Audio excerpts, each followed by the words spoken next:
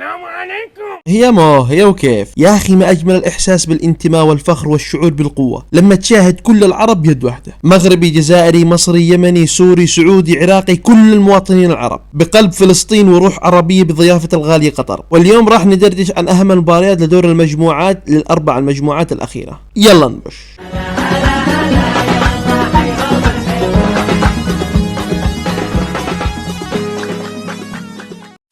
الكمبيوتر غرق يا شباب. إن كوستاريكا تأكل 7 من إسبانيا وبعدين تفوز على اليابان الذي هزم ألمانيا، كذا كثير. إيش حصل في كأس العالم؟ يا أخي المباراة مجنونة، ما تقدر تتوقع من يفوز. خلاص الكرة ناوي تجننا. فوز غريب من كوستاريكا على اليابان. المغرب تفوز يا شباب. وعلى من؟ على الفريق الذي له من يوم ما كان الكرة الأرضية أرض واحدة، وهو حصان أسود، المصنف الثاني عالميا. يا رباه، مرابط حط دي بروين بالجيب، وكورتوا وروه نجوم النهار، أرعدوا مرماه بهدفين. فوز ولا أروع ولا أقوى بأداء خزعبلي. ألف مبروك للمغاربة وألف مبروك للعرب. إسبانيا وألمانيا، مباراة عليها علامة استفهام كبيرة. بتستغربوا من كلامي، بس أنا شايف إن المباراة من أولها الفريقين داخلين على نية التعادل. ممكن أكون غلط، ولكن هذا الذي شفت. فمن منطلقي هذا أتمنى أن الفريقين ينهزموا في المباراة الأخيرة. صح صعبة، ولكن هذا الذي أتمنى. لو أنت قدامي والله تولعت فيك لعب. أما عن كرواتيا وكندا، فكرواتيا تذكرت أنها وصيف كأس العالم النسخة السابقة ودخلت عملت 4 لكندا.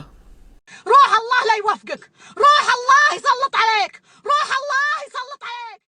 وقت ما العالم مشغول ومنتظر مباراة سويسرا والبرازيل، كان منتخب الكيوتين وغانا عاملين مباراة ممتعة. البداية كانت مع غانا، قدموا بهدفين في الشوط الأول، والشوط الثاني دخل المنتخب الكوري معصب وراح عمل هدفين ب3 دقائق. المنتخب الغاني عمل حركة وسجل هدف الفوز، وتنتهي المباراة بفوز غانا على كوريا الجنوبية 3-2.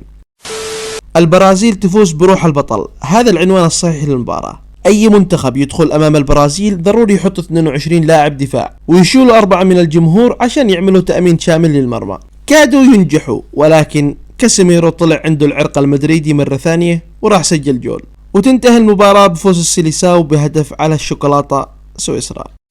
يا أخي ضجرتونا خلاص، فاهمين إن كريستيانو ضروري يسجل هدف عشان يطلع الطعم لكأس العالم. كل العالم قاعد يحلل ويعمل تقارير عشان يثبت إن كريستيانو الذي سجل الهدف. يا أخي كريستيانو نفسه ما همه شيء، أهم شيء إن المنتخب فاز. لا، والمعلق علي محمد علي تحس إنه دخل بمجاكرة مع مشجعين كريستيانو، وكل دقيقة قاعد يكرر برونو فرنانديز هو الذي سجل الهدف. يا أخي خلاص، حتى لو سجل الهدف الحارس أهم شيء إنهم فازوا.